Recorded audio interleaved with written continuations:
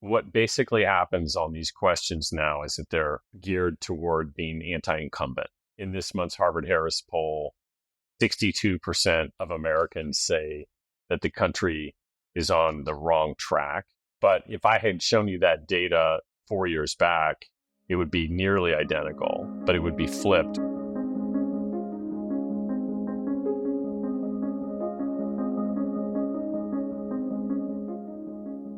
What could go right? I'm Zachary Carabell, the founder of the Progress Network, joined as always by Emma Varvaloucas, the executive director of, yes, you've got it, the Progress Network. And this is our weekly podcast where we look at what could go right as opposed to what could go wrong. We try to look at what's going well in the world, or at least we try to look at people that are taking a more nuanced, sophisticated, calmer, saner, less outraged, less fearful, less hysterical, less partisan, less political, less dystopic, less dystopian view of what is going on in the world. And one of the ways that we all assess what's going on collectively is through this very modern as in the past century, institution known as polls, where a group of people go around and ask another group of people what they think of X. And polling has become one of the tools that we use to try to figure out whatever we are as opposed to whatever I am. So we're going to talk today to someone who I think probably does a better job, given that much of that polling, or at least a portion of that polling in a political election year, is driven entirely by horse race mentality. Who's going to win, who's not, who's going to get the most votes, who isn't. So Emma, who are we going to talk to today? So today we're talking to John Gerzema. He's the CEO of the Harris Poll, and he's a pioneer in the use of data to identify a particular social change. And Harris Poll, does lots of different kinds of polling, in particular helping companies anticipate new trends and demands, but also lots of general polling about Americans, their mood, what they care about, what they're looking at. He has written for numerous different publications and is also the author of a couple books, among them The Athena Doctrine. So let's go see what John has to say about polls. Let's do it. Welcome, John, to our podcast. Welcome to What Could Go Right. I thought it would be interesting. This is a spontaneous thought, and therefore maybe much less interesting in retrospect than it feels pungently in the moment. But tell us about the history of the Harris poll. Like how did it come about? Who created it? Who was Harris? What was his goals? Was it different than Gallup or Pew or anything else? Oh, that's an excellent question. So you'd have to go back 60 years, but Lou Harris started the company up in Rochester, New York. And if you imagine that time, these were the giants of industry. You had the Harris poll, you had Kodak, you had a few other companies of that ilk. They were doing some really interesting things upstate. But he had this sort of simple belief that the public's voice mattered in leadership and that leaders needed to be held to account. But his sort of mission was to try to bring the public's voice into the debate on politics and then later into business. So he was John Kennedy's pollster. That's sort of how he got started and built a really fascinating polling company that by the time of his death in 2016, Harris sadly sat inside Nielsen, and it wasn't even the Harris poll anymore. They'd taken the name down, and in their wisdom, they called it Nielsen Consumer Insights. Were able to acquire the company as part of our holding company, which is called Stagwell Group, and the Harris poll kind of came roaring back. So we're proud of the work we do. So I feel like with polls, obviously what they tell us is brought into the public conversation a lot, but I guess until 2016, I don't remember there being like public conversation about polls themselves, right? Like there was such a downfall of the polls moment then to the point where people, began asking like, do these mean anything? What's the point? So wanted to give you an opportunity to give a full-throated defense of polls.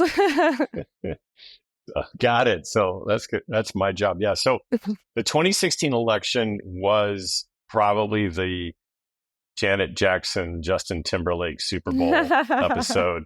Great reference. Where everything that could go wrong went wrong. There were a myriad of reasons in retrospect that have been widely reported. But I think the real important thing to think about with when polling goes bad is there are a lot of really bad polling firms. And you can see, even if you fast forward to in that instance in 2016, you had obviously Trump voters wildly undermeasured, right? They didn't weight their samples right. They made simple mistakes like not understanding that many Trump voters, people in rural parts of the country, weren't online and they weren't available for online polling. So simple things like that. Then there was obviously response bias.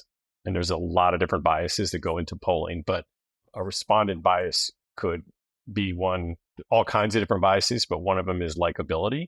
And so that would create shy Trump voters. One of the things we're looking at in the future for this election is not shy Trump voters necessarily, but maybe shy Biden voters.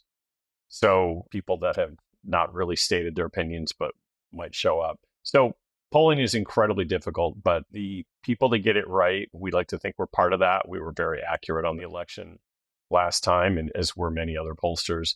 But you have to have the right resources. You can't wing it, to be honest. It's not a good sport to be in.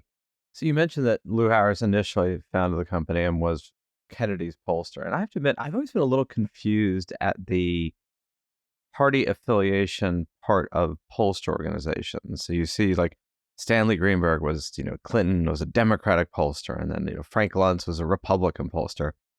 And I would think that from a political calculus, there's zero partisan gain from having a partisan read of what people might do in the future. Meaning, isn't everybody interested in actually figuring out where people's ideas are and then either trying to shape that or gain that accordingly? So the whole Republican versus Democrat poll, I do find confusing. I don't find it confusing of if you want to have a data point for an opinion columnist, so you want your poll to come to a foregone conclusion. X percentage of Americans are pro-life, so therefore we should be pro-life or pro-abortion, whatever But I don't understand that part of it, right? Because you kind of want to know what people are thinking, regardless of which side you're on, and act accordingly, don't you?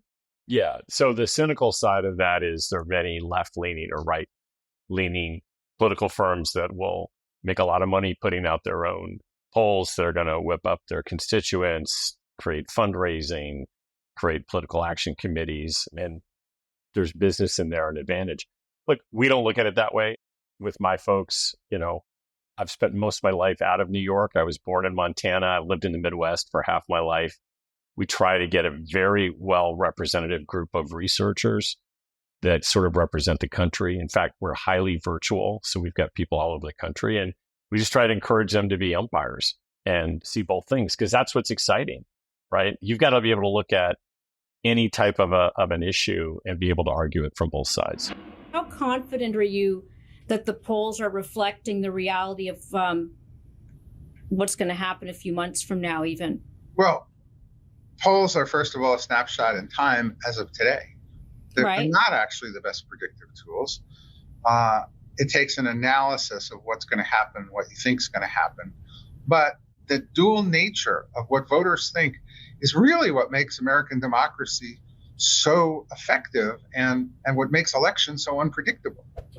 So, John, I'm wondering if you could maybe the SparkNotes version of this, because I imagine there's a lot of weeds to get into, but tell us what makes for a good poll. Because a lot of the time I'll see polls online and people say, oh, it wasn't a good poll. It had a sample size of X. And I'm like, okay, but what is a good sample size? I didn't go to university for this. Someone's got to at least give us the basics. A good sample size is everyone.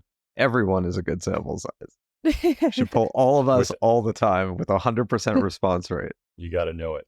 Look, there are lots of things you kind of have to avoid. There's phenomenons that are called river sampling, which is the way that you collect your sample, is related to different sorts of online promotions and motivations to get people to become respondents. So we work with a lot of different panels.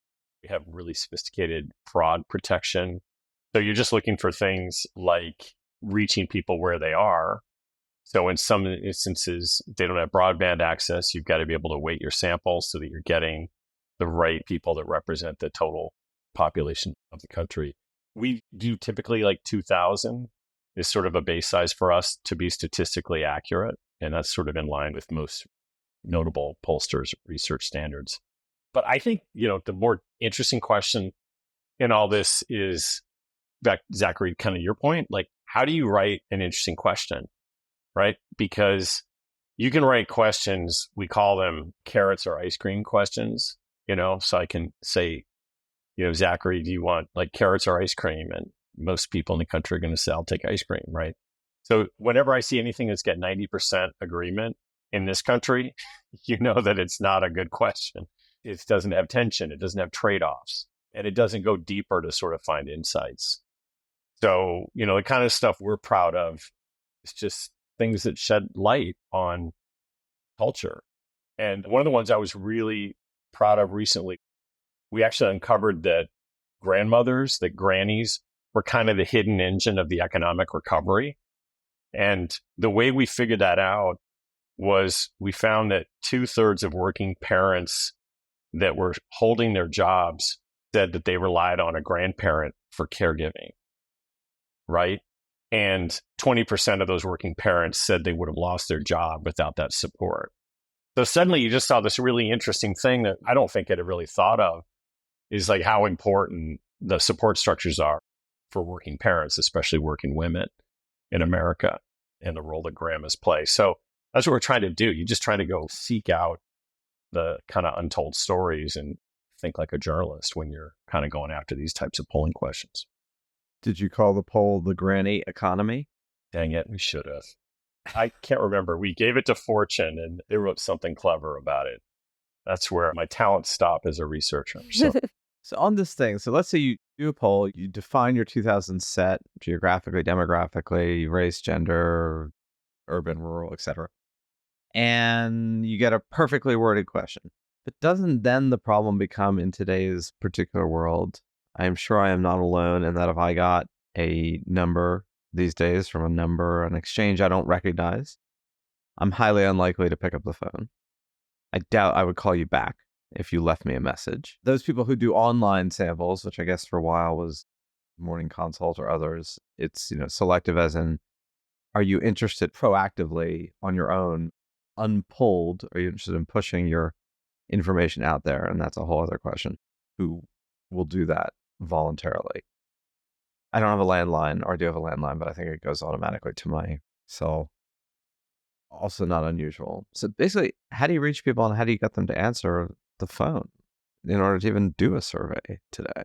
Yeah, so we're not doing telephone polling because you're right. Nobody picks that up. We haven't done that for ages. I mean, there's some very rare instances where we'll still use the phone. We're online, but we're working with panel providers.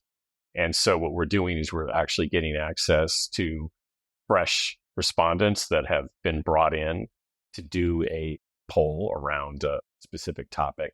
They would have to have knowledge of the topic. They'd have to have knowledge of the brand. I should say also, by the way, we're not a heavy duty political firm. We have a Harvard Harris poll piece that we do every month to sort of track the mood of the country. But most of this work is done for brands, for marketing. So to try to get people's opinions on various topics.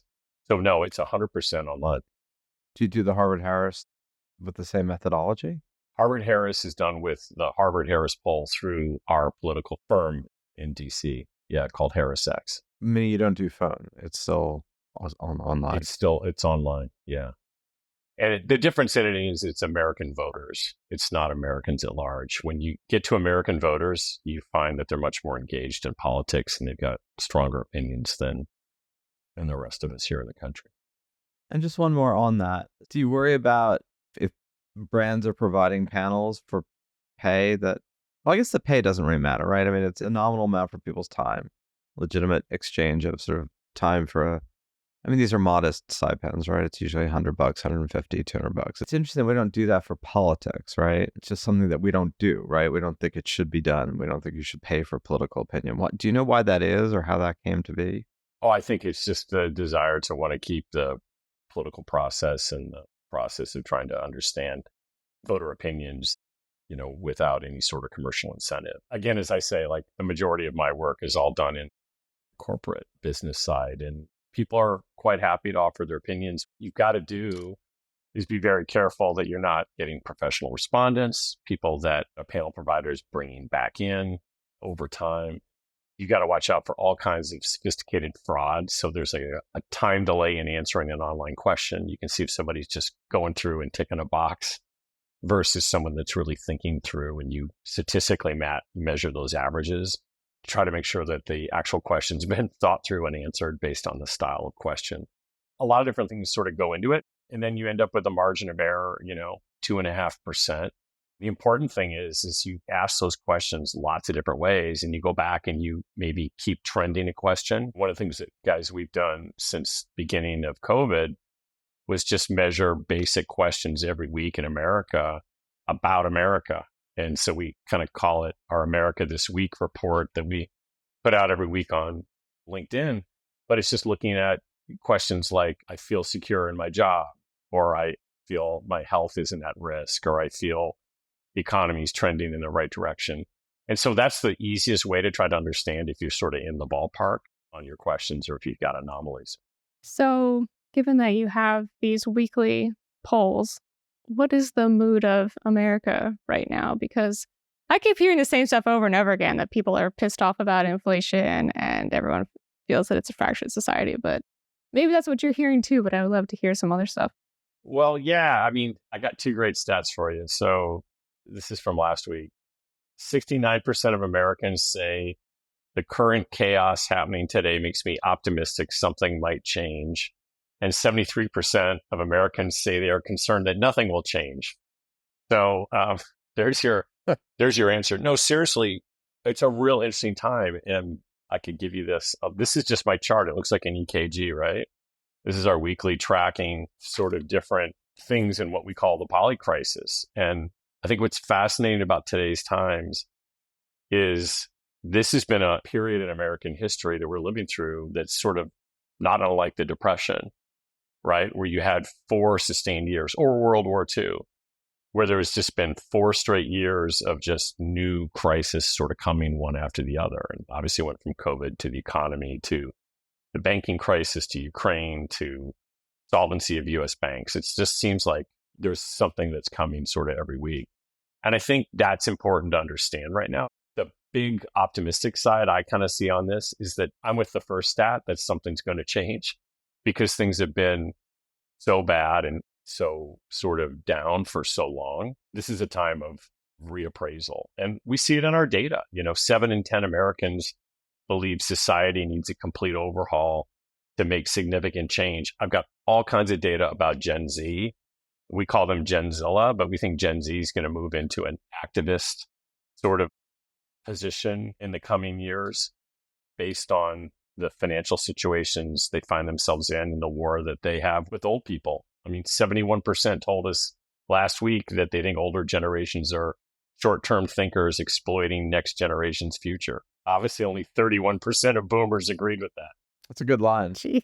I mean, the 69% who, as you say, think that things are so bad that therefore they believe that will create change for the better. It's a little like Herb Stein's old adage of something cannot go on forever, it will stop, right? So that it's if it can't continue, it won't, which almost seems like a syllogism and yet has a certain truth to it. I do wonder about this, and I don't know if you've asked any of these questions at a granular level, just trying to get people's attitudes about if confronted with data or statistics that suggest that their views or beliefs are at least disconnected from the data, doesn't mean that therefore they're wrong.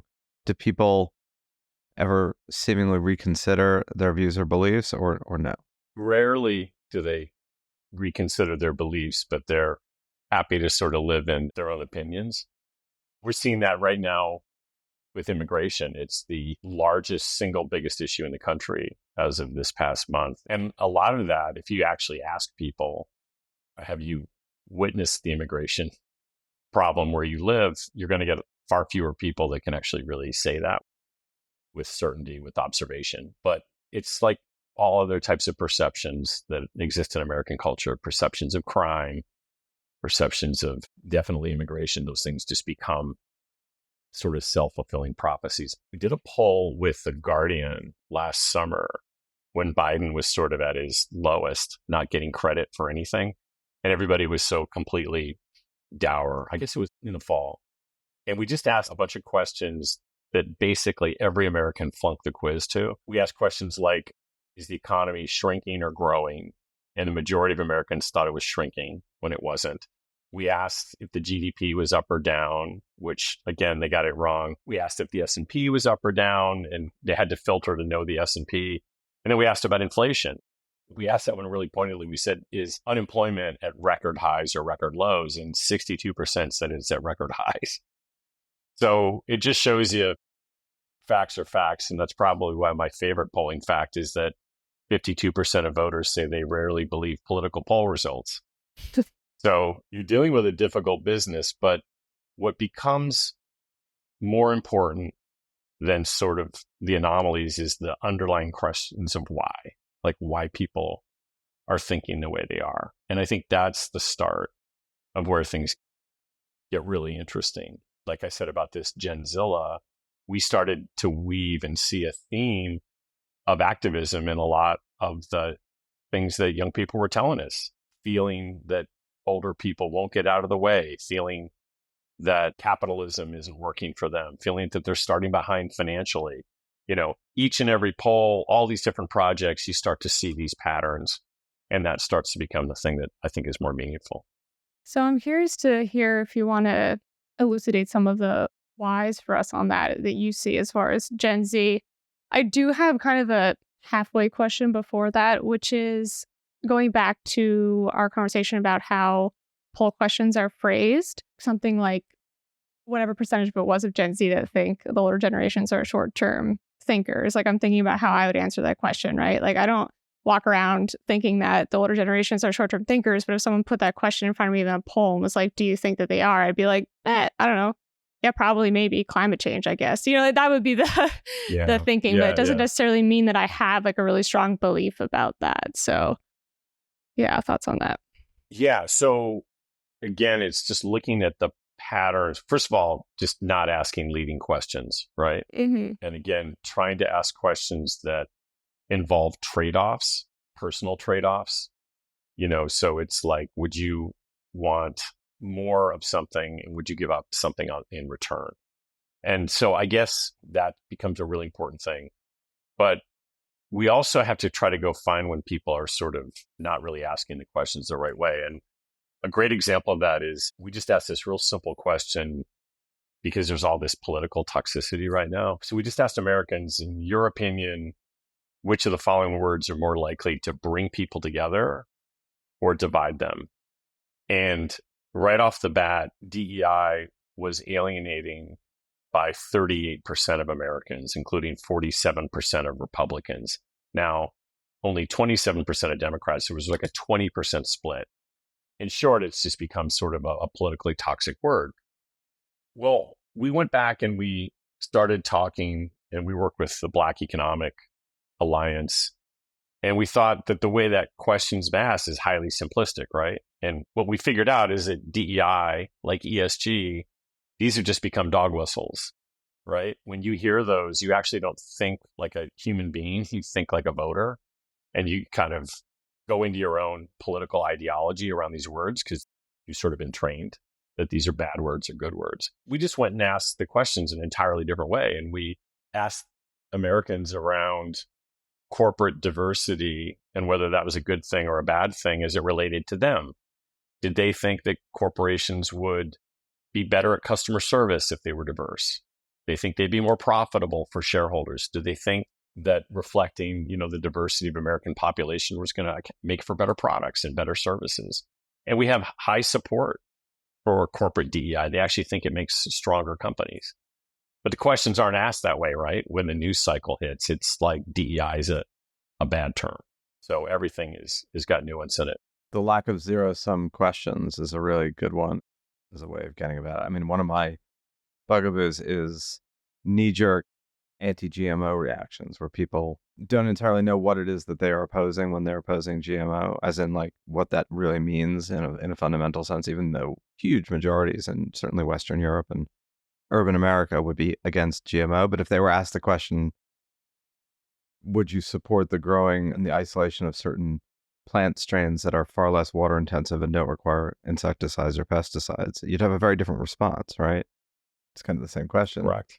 One of my favorite zero sum ones, right? Which is the famous 2015 poll where something like 35% or 30 something percent of presumptive Trump voters were in favor of bombing Agrabah, which is the name of the kingdom in Aladdin, a fictional kingdom in Aladdin. This is not apocryphal. I mean, you remember this actually was a polling question because they wanted to get at attitudes. But of course, when asked, do you want to bomb a country that you think may be a vague threat, sounds like a threat, without any trade-offs, right? Would you send your children to die to prevent Agrabah from doing whatever? It's a very different question than, do you support the bombing of Agrabah? That's classic. That's great. Public policy polling got 30% of Republicans and 19% of Democrats to say they support bombing, well, Agrabah. Yes, all you millennials, that Agrabah, home to Princess Jasmine and the street rat Aladdin. After the news broke, headlines largely focused on the Republican respondents in the poll, which kind of misses the sizable percentage of the other side of the aisle. In corporate land, right, separate from, do you like strawberry vanilla Yoo-hoo versus more caffeinated Mountain Dew, do you find that there's sort of company data about consumer behavior that would be more useful if it were far more in the public realm? Because presumably a lot of companies want to, they want their product data and their corporate data to be their own.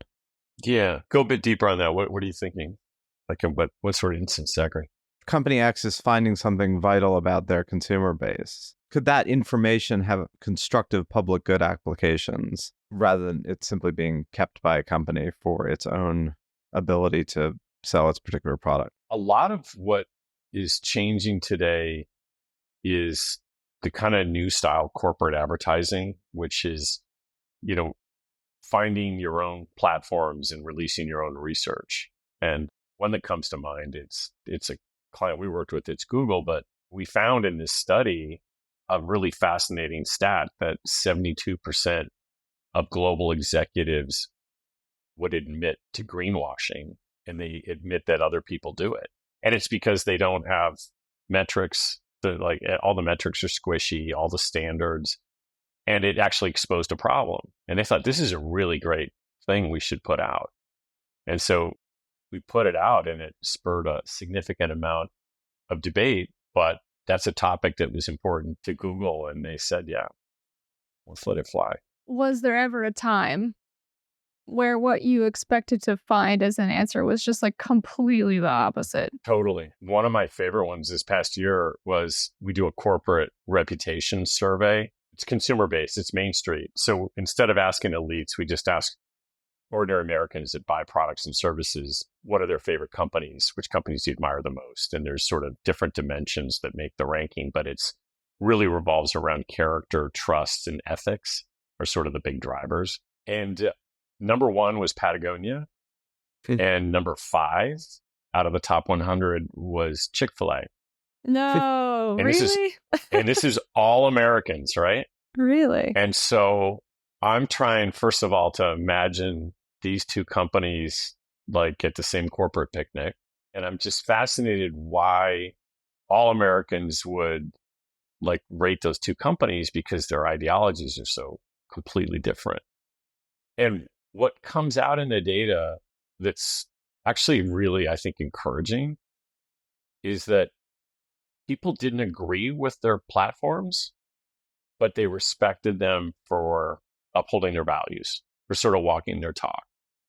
And I kind of looked at it as an opportunity for a conversation between these two bipolar sides, because we have another Harris data right now, all the toxic politics that have kind of tinged AB InBev or Disney or Target, other companies that got caught up in a lot of this political toxicity.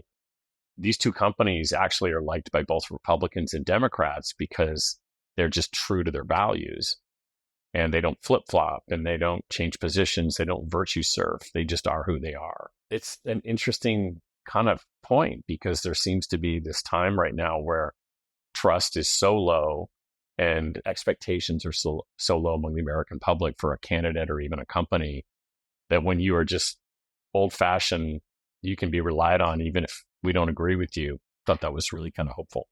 So it definitely wasn't that so many Republicans were pro Chick-fil-A. Like it was that sort of equal amounts of both Democrats and Republicans. Because when I was in university, it was social suicide to eat at Chick-fil-A. There was one Chick-fil-A at the food court, and you did not wait in line for Chick-fil-A if you wanted to have friends. Yeah, I'm looking at the data right now. So Chick-fil-A was number 5 among GOP. The GOP also had Patagonia number 3, which is really interesting, and it cuts across rural and urban. Democrats are less forgiving of Chick-fil-A.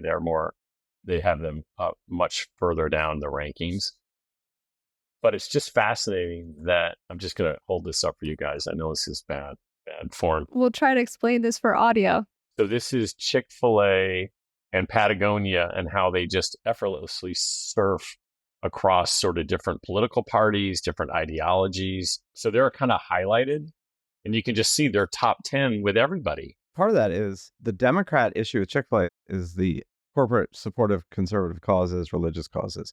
In terms of employee satisfaction, Chick-fil-A is off the charts, certainly off the charts compared to mass employers of minimum wage or entry-level workers, compared to Walmart or the rest. Although Walmart's improved mightily, over the past 10 years. Walmart's come up. I don't know where they show up in your top 100, but they would have been way, way, way down 20 years ago. And I think they're probably upper quadrant now. Is that right? Do you know offhand where Walmart is? That's right. Yeah, they've improved significantly over the last 10 years. Simply by paying attention to their workers. I mean, Walmart cynically at one point realized that if you don't pay your workers enough money to shop at the stores that they're working at, particularly for Walmart that had like 1.5 million employees, you're losing a customer base. You might as well pay them enough to at least buy your own stuff. But Chick-fil-A is very, very high. So does Patagonia on obviously different metrics than the college lunchroom, right, that you talk about, Emma. Because no one's thinking then about, are they treating their employees well? But it's hundreds of thousands. I don't know what the number is. Emma talked about and asked about the people are pissed off and feeling negative about all sorts of things, direction of the country, economic security, immigration, kind of down the list. There's almost nothing other than the 69% who feel that things are sufficiently bad that therefore they are likely to get better, which is a form of optimism, but it is an optimism informed by pessimism. Is there anything in the polling over the past 20 years that would give you any sense as to why of this progression? I mean, I don't know. Maybe in 2019, do you recall, people probably were feeling okay about the economy. It's been a long time before people in any significant numbers felt good about the direction of the country, right? I mean, it's been way better than it is now, but it hasn't been good for the past 15, 20 years. No, that's right. And those, Zachary, have moved lockstep with our growing political divide. What basically happens on these questions now is that they're highly geared toward being anti-incumbent. So in this month's Harvard-Harris poll, 62% of Americans say that the country is on the wrong track. And that includes 32% then saying it's on the right track. But if I had shown you that data 4 years back, it would be nearly identical, but it would be flipped where Democrats would say it's on the wrong track. So it's high Republican numbers that are creating that. You only have 18% of Republicans saying the country's on the right track and 55% of Democrats. So that's the biggest issue. I think it's less accurate rather to ask the big macro questions because you're going to get this political tinged response. So give an example. Right now, 60% of Americans say the economy is on the wrong track versus 34% rather say it's on the right track. But when you ask people how do they feel about their own personal financial situation, right? So we're taking that out of that voter mentality. It's at 28% improving and 27% just as well off. So you put those two together, now suddenly you've got more than 50% of the country, 55%, that now say the economy is looking better. So it's back, Zachary, to your point earlier, about how you frame a question and how you ask it. But the more personal you can be in these questions and the less kind of vague and macro and political, the better answers you're going to get. We do see a lot of hope on the economy, and who knows, it's way too early right now to be projectable in terms of the election. That's another really important thing. Major caveat, polling is only as good as right now, right? Polling doesn't tell you the future and doesn't often do a good job of even telling you the present sometimes. But in this instance, what we're seeing is some really nice upticks in people's confidence on economy. We just released a survey with Axios, we call Axios Harris Poll Vibes. And 2/3 of Americans think 2024 are going to be better than 2023. Yeah, there's always a bit of a lag, right, between the actual economic numbers and how people feel about them. That reminded me to ask you previously why you said there might be signs that there is a secret Biden voter out there in the way that there used to be a secret Trump voter. Well, there's a couple things that are a little concerning in the polling as we kind of think about moving forward to the election. And a couple things that we're seeing happening. One is demographic shifts in voting patterns among Black, Latino, and Asian communities towards Republican candidates. That needs to make sure that the pollsters sort of go that way. But when you get into those biases, this sort of shy Biden voter is just what happens when there's all this speculation of all this criticism of Biden being too old and too out of touch. There's so many other issues that still might bring people to the polling booths, right? It's obviously abortion and Roe v. Wade. It's, immigration. It's the economy. So one of the places we're really interested in is are these left-leaning younger demographics that are being highly critical of Biden right now on Gaza and Israel, are they going to sort of do what Trump did, which is galvanize these voters and get them there, and the pollsters aren't going to pick it up? So I want to pivot back to something you said before about your bot problem, or making sure that, the person who's answering your online question is a person. I've tried to avoid asking questions about AI just because everybody seems to be incessantly asking questions about AI in areas where it really doesn't apply and it's completely speculative. But certainly in the polling world of trying to gain things from essentially online presences, that will be an issue, or certainly it probably already is an issue for you. What do you see going forward about your ability to authenticate a human in your responses? Yeah, no, that's going to be a significant issue. And we're working right now to take our fraud protection up another level and match AI with AI to make sure that we've got a personal identification, whether it's a web address or other firm, to make sure that we're not getting botted. And this is going to be a massive, massive issue with identification.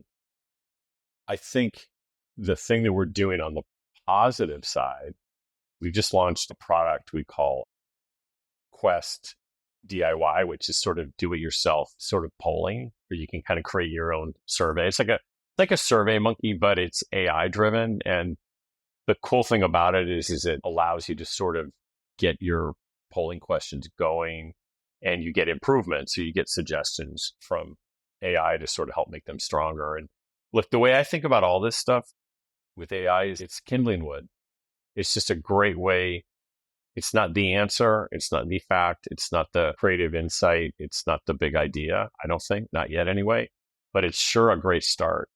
And so if you've got thoughts and ideas, if you're trying to write a poll, this is an incredibly great way for us to use it. And I don't know, we're seeing a lot of progress on it in our business.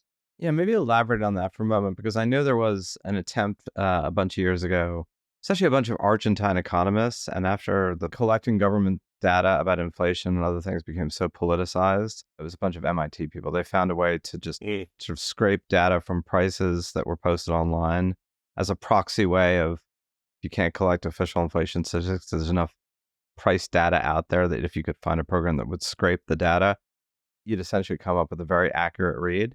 Is there a polling equivalent, meaning if you can't, or maybe juxtaposed to it, where you have a question and there's so much between whether Reddit and message boards and all the stuff out there that you could essentially use algorithms and AI tools to collate existent online data to get at some of the same answers? Absolutely, Zachary. And we are right now working on a project to take our 60 years of Harris Poll archives of our surveys and try to do exactly that, because we've got just wonderful treasure trove of data on major social issues in America, right?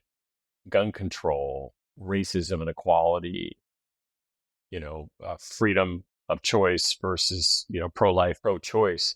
And we're just interested to try to go back and use that to try to understand how the social attitudes have changed. And right now it's all sitting on like PDFs of old surveys that were done on paper in the 60s. I'm really excited by that because I think it could really provide incredible, and we're not the only ones doing it, obviously, but just incredible insights that might help us make stronger, smarter polling questions in the future. Could you scrape, like how Zachary's asking from external data? So not data that you've already polled for internally, but like he's saying from Reddit or TikTok comments or something like that? Or is it's just completely not hygienic in a way as far as data goes? We're not doing that per se. We have companies like in our larger group that are looking at those projects. I mean, I think the big important thing is how do you train your language learning models on the right data so that you don't obviously have garbage in, garbage out, and you don't have bias and you don't have something that comes in that really, as you say, sort of taints your data stream. And like, we're going to have to adjust for that even going through this Harris thing because of the way that they asked polling questions in the 60s. I mean, some of them guys are like cringeworthy, right? So that's always going to be a problem. But, like you said with your example with Argentinian inflation, that's just a really interesting way to have sort of, behavioral data versus just stated data. Have you been able to discern, one thing I've noticed is particularly pronounced really over the past decade, probably it's been true for longer, is the disjuncture. You mentioned this about immigration, that a lot of people don't have direct experience of whatever the immigration problem is, but because it's constantly out there as a problem, they've internalized it as an act of concern. I'm not saying it isn't. I'm just saying it's a difference between personal experience and public perception or public awareness. There's always been a disjunction between, let's say, how people feel about Congress and how they feel about their congressperson, or how they feel about schools and how they feel about the particular school their children are at, or how they feel about the economy versus how they feel about their particular business. Has that split gotten wider? Meaning there's just a lot of people will say that their families are fine, their kids' school is okay, their job is decent, their employment level, they feel okay about X, Y, and Z, but they dislike or distrust the general version of the same specific. Yes. I mean, everything generally is trusted more at the local level. And as you expand out, it's mistrusted when it goes macro. That's for the news media. That's for politicians. That's for government agencies.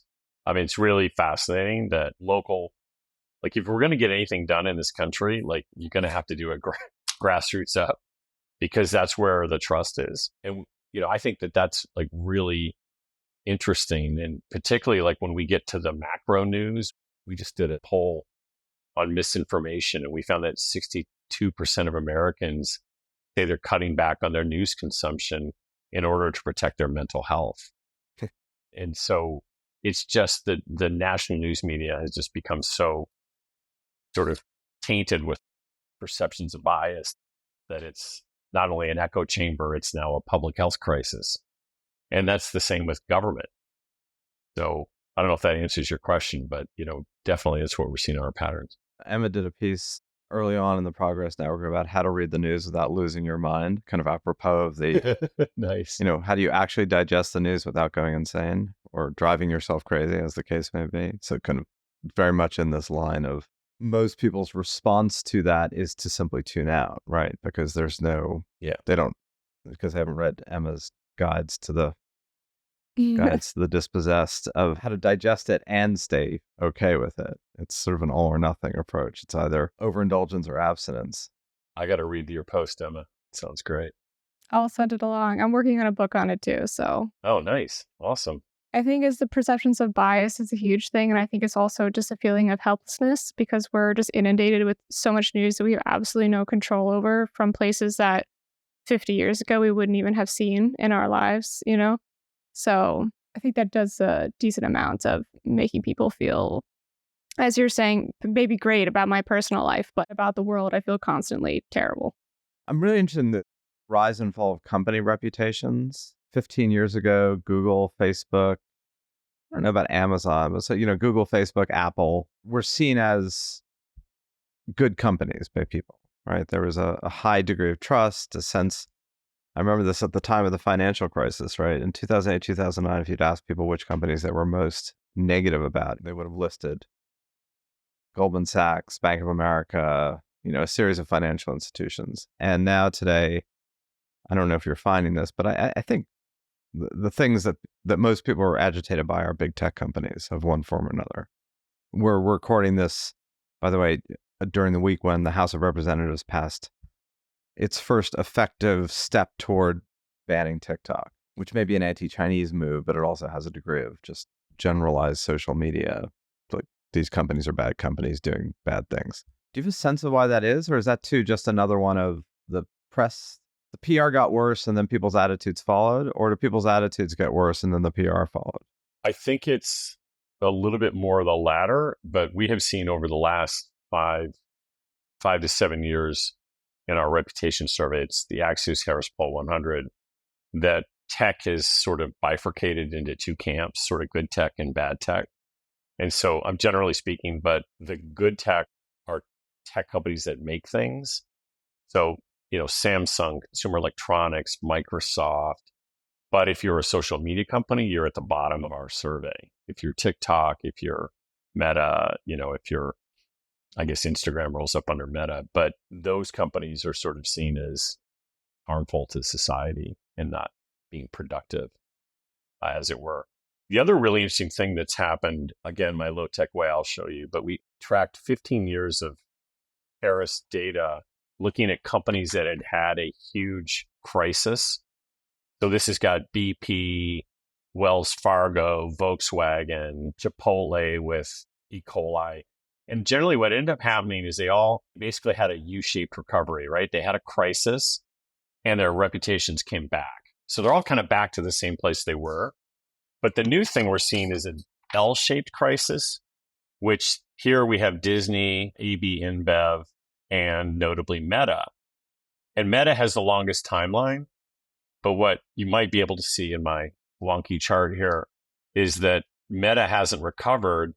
And the reason these companies are all facing these L-shaped crises where their reputations haven't come back is they've fragmented between Democrats and Republicans. So they've entered a new territory, a political territory, where for one reason or another, with Disney, it was the Don't Say Gay bill. With Meta, it was being perceived as sort of anti-Republican in Cambridge Analytica. ABI was obviously last year with Bud Light. You just end up in a potentially a longer term crisis because you just alienated half your audience by sort of challenging them on a political level, which nobody wants to be challenged on when you just want to have a beer. Interesting. Well, John, I think we are at our time, but I really want to thank you for the conversation, kind of wide ranging from tech to consumer to politics. And I urge everyone who's listening that the weekly sort of, what's the exact name of the weekly survey so people could look it up? America This Week. It's under my name, John Gerzema from the Harris Poll at LinkedIn. I would definitely check that out. It's a really, really good snapshot of just attitudes writ large. And obviously looking at it, not just week to week, but over time is particularly helpful just to see some sense of trends. But really appreciate the time. Definitely appreciate the work and the data. And we'll see how this year plays out in public attitudes in both tech regulation and political outcomes and whether or not sentiment matches reality. Really enjoyed it, guys. Thank you. Thanks, John. Well, that was a fun one for us data nerds here at the Progress Network. There's an interesting little tidbit at the end there that polarization has come for company crises, right? Like I hadn't even forgotten that Wells Fargo had a crisis. Completely forgotten about BP until he mentioned it. But I guess nowadays, once you go down, you stay down. Although the fact that you'd forgotten about BP, whoever is listening, if BP's crisis PR team stumbles upon this episode, they'll be like, my friend is advertised for them. That's probably why. So like my most recent reference point doesn't have to do with the oil slicked pelicans and so on and so forth. Good for BP, not good for us. This constant disjuncture between personal attitudes, local attitudes, personal, like your sense of how your own life is doing versus the sense of the collective, and the degree to which the skew is personal positive, collective negative is a generalizable statement that tends to be the case. And that's an even more stirring indication of most of people's experience of a collective reality is filtered through whatever we call the news and or social media, right? Because we don't have a direct experience of it.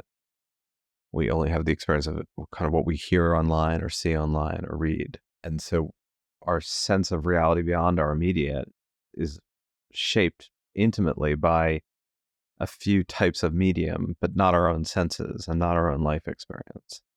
And if that's largely being told in the negative, it's likely that we're going to have a negative perception, right? Yeah, I was thinking about, though, as we were discussing that the ideal situation would be that we feel positive about our personal situations and we feel positive about the collective, right? So we're Right. not in the ideal, but I'd rather have the situation that we have now than a situation in which you feel really negative about your personal situation, because that likely means that there are real reasons for that, and feel positive about the collective, which would just be like a delusion that would be just as harmful, right, than the one that we have now. But actually, I think that would be more harmful than the one that we have now. I'm kind of pulling for at least in our personal lives, we're doing kind of swell, and that might affect the intensity of how negatively we think of the collective. And the one exception, which we didn't talk about with him, is, of course, people do, at least in the United States, feel economically insecure by large measures. And that's a very personal one, meaning, do you personally feel economically insecure? Do you have enough money to meet a crisis of one form or another? And the answer is largely no. So those are personal ones about one's experience of what's going on economically. And I do think that those have a high degree of legitimacy. What's interesting is it's not entirely clear, or rather, it's not clear at all, that one's ability to do that 30 or 40 or 50 years ago was any better. What clearly has changed is that your expectation that it not be as bad has risen, meaning a tenable level of insecurity in 1970 is not a tenable level of insecurity in 2024 if you are your average citizen. Yeah, and what's really interesting to me about this is that people now are starting to bring up the economic insecurity of Gen Z, but it's actually a repeat of the pattern that we saw with millennials, I think. I don't think things have materially deteriorated between Gen Z and millennials that much. And there was a very long time that millennials were saying that we're economically insecure and there were reasons for that, and that wasn't illegitimate. But now it shows that millennials have caught up wealth-wise with other generations where they were at this age, and in fact surpassed them. So there actually is some economic data that says that, in fact, we are in a better position than we were previously. And I think that some of the insecurity, particularly around the younger generations, just has to do with the fact that you're young, you're not making that much money yet. A lot of people have college loans, but that doesn't mean that's going to stay that way forever. Yeah, I mean, it's hard for me to believe this now, but the onset of the 2008-2009 financial crisis is, 16 years ago, or 15 and a half years ago. And if you were a millennial whose kind of first brush with the external world was that crisis, that certainly is going to inform your attitudes for a whole bunch of years, because it was a bad couple of years and it took a long time for things to quote unquote normalize. The other really interesting thing about John and Harris poll is, at least in the private realm, right, they've kind of gotten around the whole issue of how do you reach people by simply paying for panels, which remains a problem with political polling, right? Because one of the hardest things now for a lot of the pure political pollsters is actually finding people to answer the questions, and not just online. Like, I guess YouGov does tens of thousands of online surveys, but you never know how representative those tens of thousands who are answering those are. I'm still a little bit unclear. Like, I know that if you offer people, I've read that opt-in online surveys are notoriously unreliable because they attract trolls, because who are the people that are hanging around online? It's the trolls, right? And that's why you get really crazy numbers on some polls, like 30% of Americans are Holocaust deniers, but like, in fact, they're not. So I guess I still don't understand like what the correct way to attract someone online is. That you buy a list off someone and you email them and you offer them $100. Is that how they do it? I'm not sure. And look, this is going to be the year of obsessive following of polls politically. But frankly, all that's going to matter is the polls in like 6 states for the U.S. presidential election. National polling is going to make very little difference. It doesn't really matter if Trump is 4% ahead of Biden or Biden's 6% ahead of Trump. It matters how either of them are doing head-to-head in Georgia, Arizona, Wisconsin, Michigan, Pennsylvania, and Nevada. Anyway, going to be a fun year. Everyone should check out the Harris poll information. They're one of the more, at least I find, one of the more insightful, nuanced polling organizations, partly because they're not driven primarily by a news electoral cycle where they're supposed to give some sort of binary horse race. They're much more informative polls about attitudes than they are horse race polls, and I think therefore more interesting to read. So we turn to our rapid fire things you should have been paying attention to. Rapid fire positivity. Yeah, let's do it. Dun, dun, dun, dun. All right, so let's take a look at some news that probably went under most people's radar, starting with the Caribbean island nation of Dominica. When's the last time you heard a news item about the Caribbean island nation of Dominica? They have overturned a ban on consensual same-sex activity. Good for them. That has been on the books since British rule in the 1800s. And what's neat about this is that it's part of a bigger trend with Caribbean nations in the past few years. So Barbados, St. Kitts and Nevis, Trinidad and Tobago, and a few other countries have also overturned this ban. It's not completely legal all over the Caribbean, but it's kind of creeping and trending that way. So it's nice to see. Yeah. I mean, there's a lot actually truly going on between Caribbean nations around sustainability and environmental change. Island nations tend to have a strong self-interest in doing something about climate change because of obviously rising sea levels and dependency on tourism and the degree to which those two things could not easily coexist.